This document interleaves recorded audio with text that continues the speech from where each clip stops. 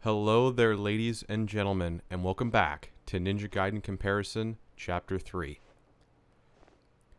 So, as we can see here, this is another great example of Ninja Gaiden Black having slightly updated visuals and in-game environment cutscenes comparison to Ninja Gaiden, as well as one thing I'm just noticing now is that Ninja Gaiden Sigma Plus, I think by having a 4K version of the gameplay, it actually increases the fidelity of the in-game cutscenes as well. Always interesting to note. And if you'll notice, Sigma is finally in 60 FPS, which is just fantastic. I do have to apologize. It has come to my attention in the last two previous parts.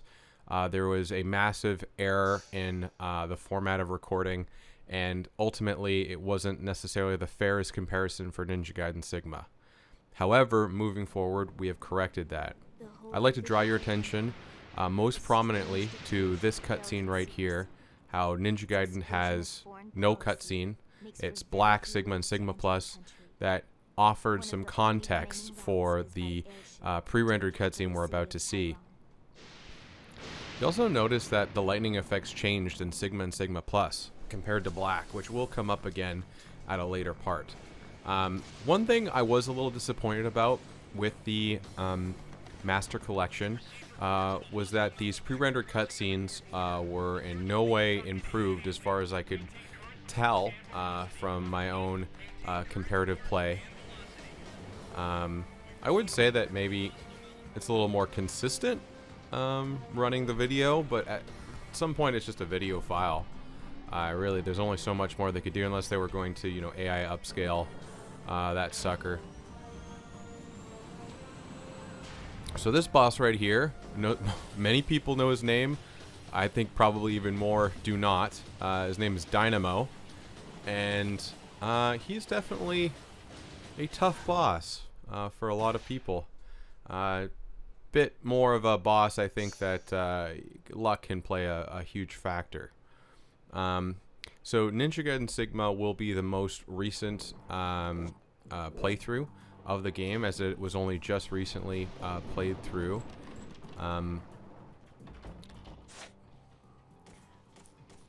We see that right off the bat.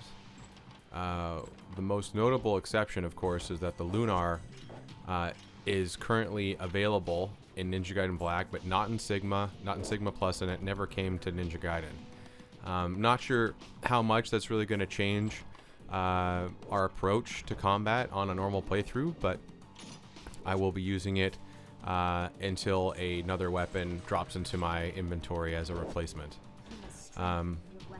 You can currently hear the audio recording of Ayane reading. That is exclusive to Black and Sigma. They removed it for Sigma Plus for some reason. I'm still not entirely certain why that is. So yeah, we're just collecting a couple maps, and we're all going to line up here. So this is really important. I'd really like to draw your attention to the different lighting effects on Sigma Plus. It's like the same in-game, but you can hear that loud lightning, loud thunder, I should say, and a different visual lightning effect. Now, I do apologize for anyone who is a bit sensitive to overstimulation. Welcome to hell. Basically, I'm running all 4 audio recordings at the same time, allowing you to see the type of environment. I would like to find if anyone has a preference for this type of presentation of these 4 games. I find it at times to be a bit jarring with the music tracks in particular. Something that could be corrected, but I don't really want to turn off the music in all 4 games. I like the music a lot. It's kind of a highlight in this game. It's definitely not the main reason you play it. However, I definitely would feel remiss to turn it off. But we see a pretty early fight. One thing we'll notice really quickly when Sigma catches up is how much more grabby enemies are in Sigma and Sigma Plus. If you just hold block against these guys in particular, you're going to be struggling as they will just be going for grabs as often as they need to dwindle your health. So it's really important to keep your space, unless you know that you can read the attacks that are coming in. You're going to see Sigma's going to just struggle here. Yeah. Held block a little too much, got a little too close and comfortable. However, we can start to see the visual differences here between Sigma and the other games in terms of the I think the blood effects, and of course the actual environment itself is radically different between Ninja Gaiden Black, original Sigma, and Sigma Plus. And there's a whole combat section that's added. As you can see now, we're focusing just on those two. We also see that Sigma had a shake the controller mechanic, very much ahead of its time. This is before the Wiimote, people. To increase the power of your Nimpo. That being said, they included the power mechanic in Sigma Plus, but they rid of the how do I say, the requirements. You no longer have to shake a controller in order to get the fully powered Nimpo attack. In fact, you will be stock, always casting the most powerful version of it when compared to Sigma and Sigma Plus. Playing it in-game is a bit strange, I will say, but let's focus a bit on the shops. You'll see that there's not really that much of a difference in terms of the actual shops this early in the game. I think there's a few cost differences, and we can buy the Inazuna drop. We just bought that in Sigma. We of course have the lunar upgrade. The wooden sword, I believe, is no, the dragon sword upgrade is a little less expensive, as you saw in Ninja Gaiden and Ninja Gaiden Sigma Plus. About 1,000 less karma. That being said, when I went to go play Sigma, I was really shocked by the visual differences in the early chapters. I really don't know how much it really adds to the game, but I found it overall agreeable and enjoyable to have a little bit more combat. It made more, I think, sense to the game to increase the amount of time where you get to enjoy some of the weapons and upgrades that are availed to you in this chapter. Right now, we're going to be getting into some a little bit of catch-up territory. Maybe I have a moment. We'll see. You'll notice that Ninja Gaiden and all the other games, they were recorded at 720p. They were streamed at a much higher resolution, but for storage reasons and ultimately for the purposes of this project, they were stored at 720p. So when they're stretched to the full 1080p, as you can see on your screens, it's not quite true to life what you might experience or see on your own screens if you were to play the games today, but they look fantastic and are nominal amounts of storage when compared in this style. So that is basically what I went for here. We see that in all three games, in 3 of the games, we're using the Dragon Sword, the Lunar. Always fun. I remember when they added that to the game in Ninja Gaiden as DLC. That to me was just phenomenal. It was groundbreaking at the time. Free downloadable content just for being on the Xbox Live network. This is a great opportunity to, of course, demonstrate the differences in the doors. No, I'm just kidding. I would like to take a second to address a main concern that I've had with working on this project, and that is the editor that I've been using for my entire life. No joke, has really not handled the level of intensity that this project demands. It can't really handle 4 different streams all at the same time. It becomes just a crash center, especially with some of the overlay effects and the transitions.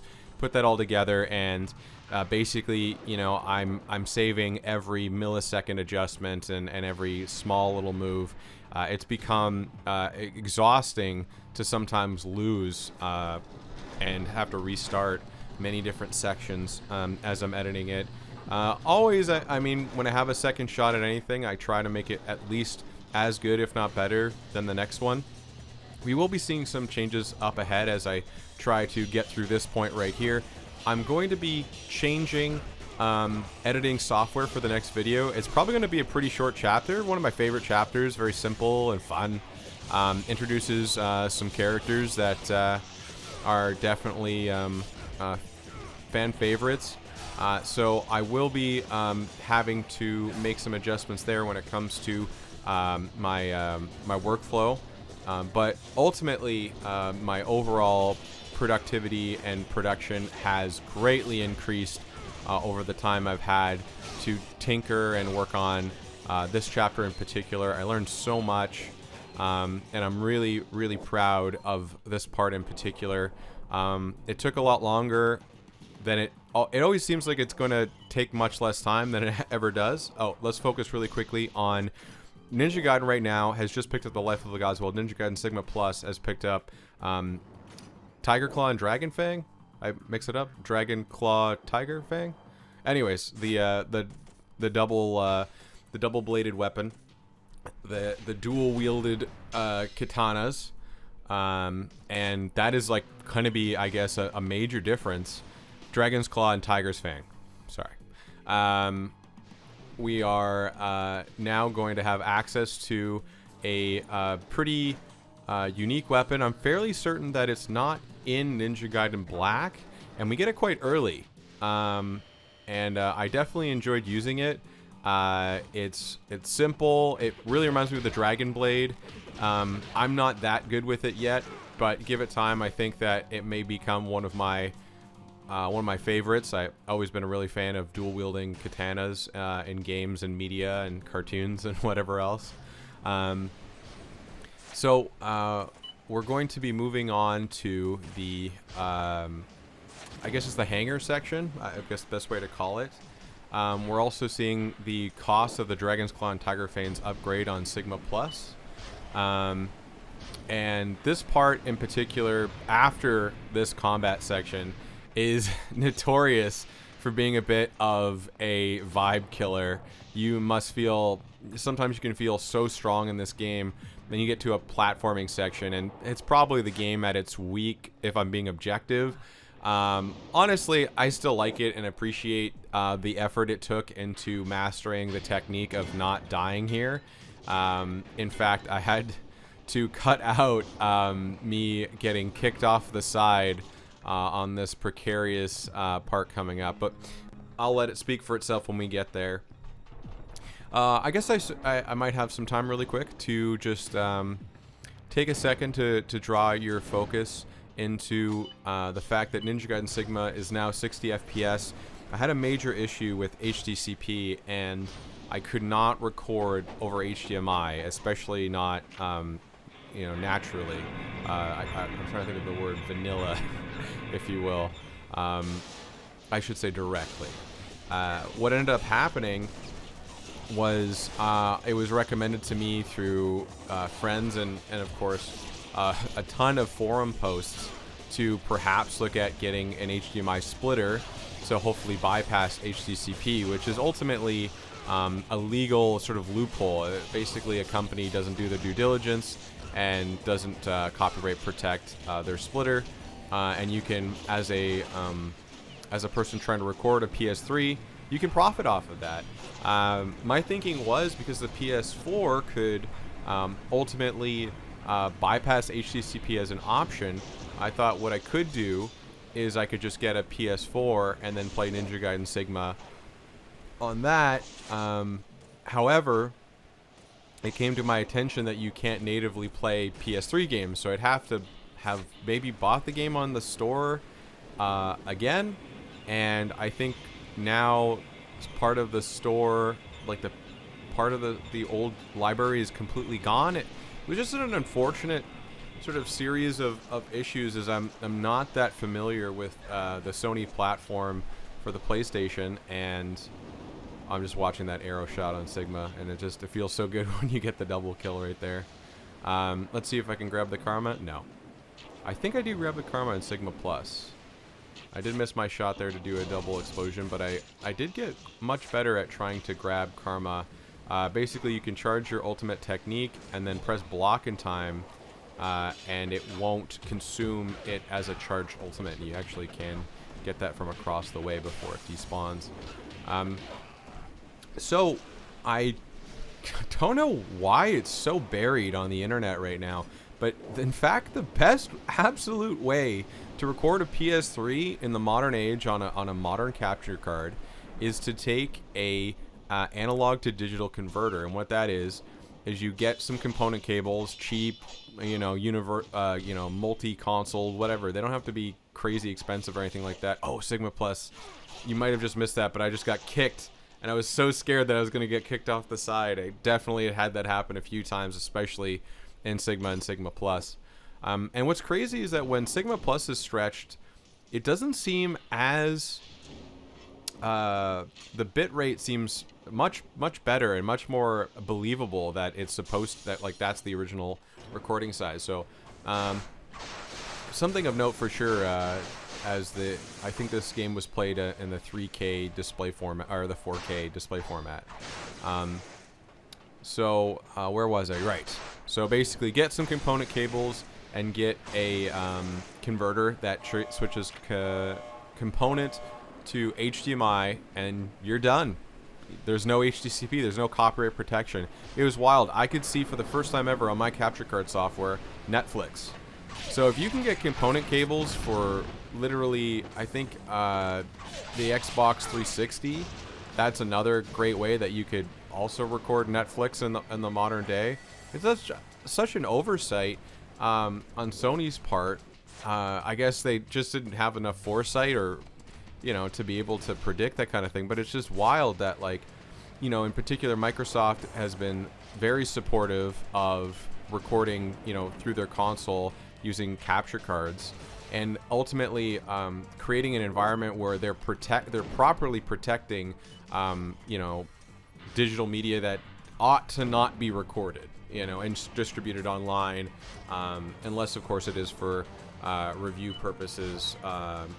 Or of course used in fair use, which of course is by and large really should be pretty niche. But when you get into the realm of how big recording gameplay has become, and displaying it online or in edited format on a platform such as YouTube, I just was bewildered by how easy this fix was. Component to a digital converter. It's not an upscaler. This is being output in 1080p, and I mean, obviously we're going to have some latency problems. We're going to have some input latency when it comes to Sigma, but I'll survive. I don't think you guys are watching this necessarily for the top shelf gameplay that is the Project Art playing Ninja Gaiden. So this is a huge change, and one that I like. I was really surprised by. I remember liking the platforming so much as a kid. I still love platforming games, but in this game in particular, it is frustrating. It's obnoxious. It is imprecise, and it did not age well, considering how very, very good some of our older platforming games are nowadays. So what's really interesting is that Ninja Gaiden Black was played after Ninja Gaiden. You'll see that I'm going to get both chests. I'm going to easily get the golden scarab and leave. In Ninja Gaiden, I am currently desperately struggling to try to remind myself where everything is. And I'm going to go past the golden scarab that's hiding right now. It's right behind me as I drop there, and I have no idea it's there. I'm going to turn the camera. I'm not going to see it. I'm going to be a little more focused on my current ammo count, my item count. And yeah, what a really silly part, and an easily missed golden scarab you can't backtrack to, which is definitely Ninja Gaiden's absolute greatest strength. And I will repeat this as much as possible. if this ever gets around, if anyone wants to know what makes Ninja Gaiden 1 perfect, it's gonna be an ever-opening main world as you continue to explore, get stronger, revisit, and it's a place that is so interesting, and each district and area is notably different from each other, or enough of a continuum of each other that it kind of draws you in and it makes you want to hang around in a place. I think that was Ninja Gaiden's strength, and it was not really well understood at the time, as obviously displayed by Ninja Gaiden 2, where it became much more linear. But this game is linear, but it's not as linear as you might think, and these open-ended sections of discovery and continuing to be able to revisit different sections and sort of main hub areas that allow for longer and bigger combat sequences was a big one of the best parts of the game. Absolutely. Is chapter 4 going forward is where the game really opens up, and that's kind of where you get past all the introductory elements to it, and really the game starts. Now, we saw the janky platforming section in Ninja Gaiden Black and Ninja Gaiden, and we are treated to an arena style, kill them all, survive if you can. You can't leave. You either die trying or you succeed to earn an item in this room, and you, I believe, can't grab the golden scarab and exit without defeating all the enemies. So this becomes your first ultimate test. Are you going to be a completionist or someone who's just desperately clinging to beat the game? And I can just imagine this game with like a new game plus option, how much fun that could have been back in the day. But it wasn't as trendy as it is now, and as it stands, this to me was a great way to get you into the kind of wave format of the combat. You're continuously challenged to fight the same enemies over and over, but in a way you're also learning. Maybe you're more frustrated than anything when you first start out, but hopefully at some level you're kind of starting to understand the enemy much better, so that you can start to take on some of the greater challenges, and then of course test your mettle at those harder difficulties later on in these same rooms. I don't particularly have any advice. I think in particular, if you were struggling with a part like this on normal, I would recommend spamming Flying Swallow, and ultimately just using the walls to try to attract enemies towards them, and using your heavy attack off the wall for best effect, I guess, if I had any advice to give here. But you see, it's quite a large section. One thing that I did pull up on Sigma is the timer. I like this feature a lot. It gives you an idea of how long the fight you're fighting is going to take on average, and you are rewarded for completing a section within the time bonus.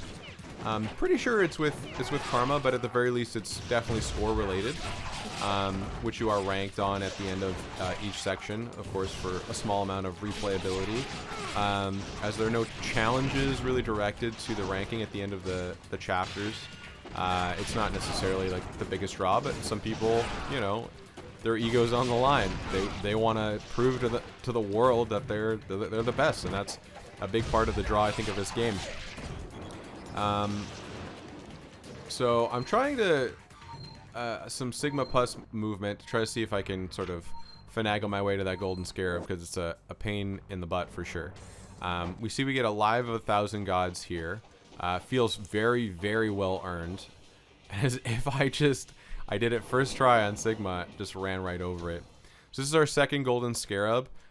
We will be seeing the single golden scarab reward on Sigma Plus here. And we see that it doesn't require you to do anything like the talk feature that you'll see in Ninja Gaiden Black, which is definitely like a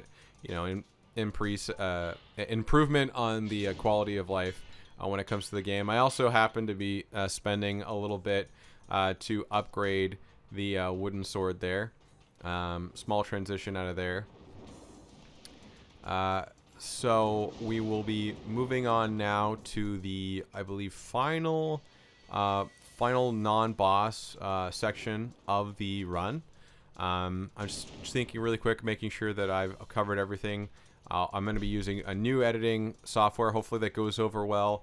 I will let you guys know at the end of the next part. It will come out, hell or high water. Using that software, it will be a bit of a learning experience, but I'm hoping to find tricks and techniques that will help me to really avoid any lost time with this project.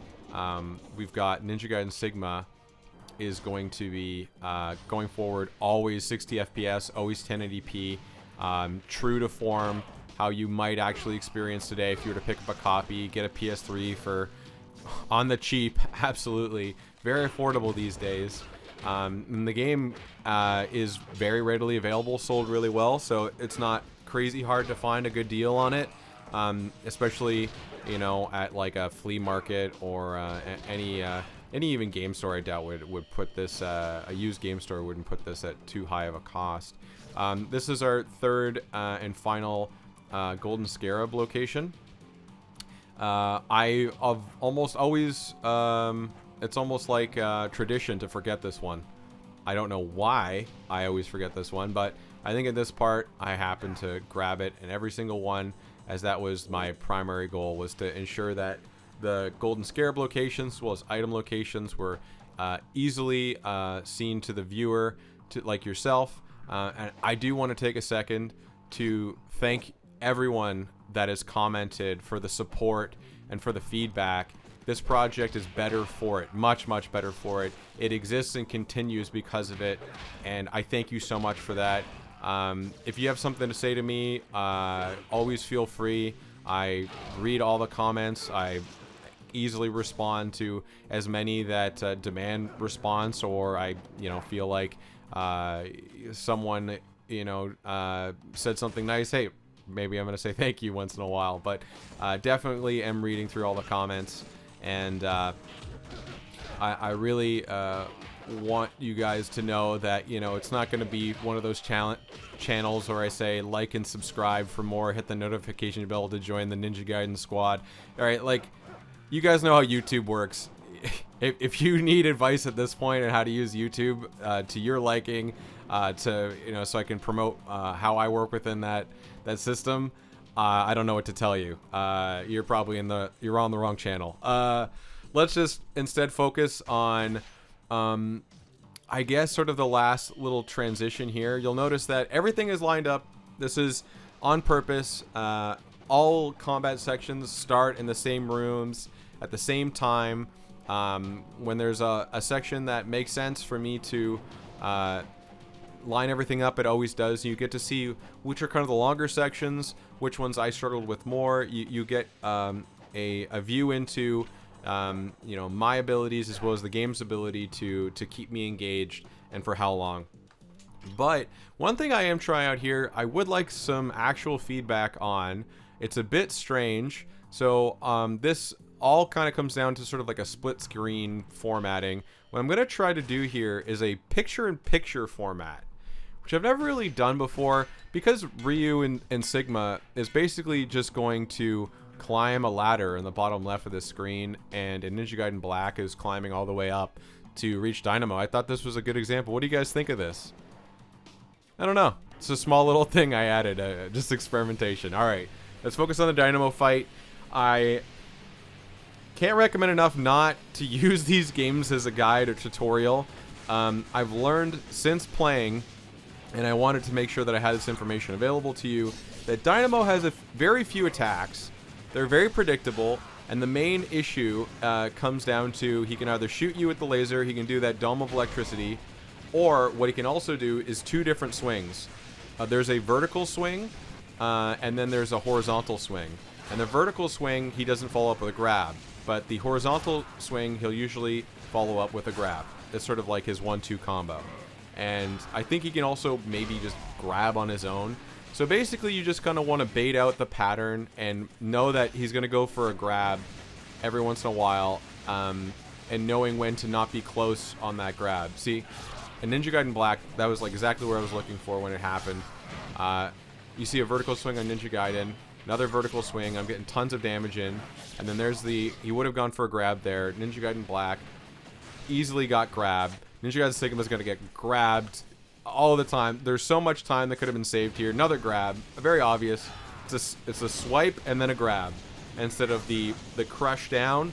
That one in particular, that one is going to always allow you to create a most honest and simple opening. There you go. There are much more involved guides on the internet. Feel free to use them if you're fighting Dynamo and you're struggling. In particular, I really liked JTB's smoke bomb sort of strategy. I didn't use it at all properly. But I thought it was really cool that you could essentially, I think maybe interrupt the grab. He would lose you. Anyways, all that being said, this is our final attack on Dynamo, and that was Ninja Gaiden Part 3, done on normal. So if you guys like this, stay tuned. There's more to come. In particular, I can't get enough of these cutscene comparisons. It's just wonderful to see how well it's been preserved, and how, I guess in a way, if you played this game when it came out, whether it was on Sigma or Ninja Gaiden or Black, you got the best that these cutscenes have ever looked. There's really nothing more to say about that. However, a little different when it comes to the in-game cutscenes, which the next part will open up with my absolute favorite in-game cutscene. I will go more into depth with that. It's a bit silly, but it's one of my favorites. And that pretty much ends it. Ryu has defeated Dynamo. He blew up a blimp, and that's it for me. I just want to thank you guys very much for watching. Have yourselves a great day, and I'll see you at the next part.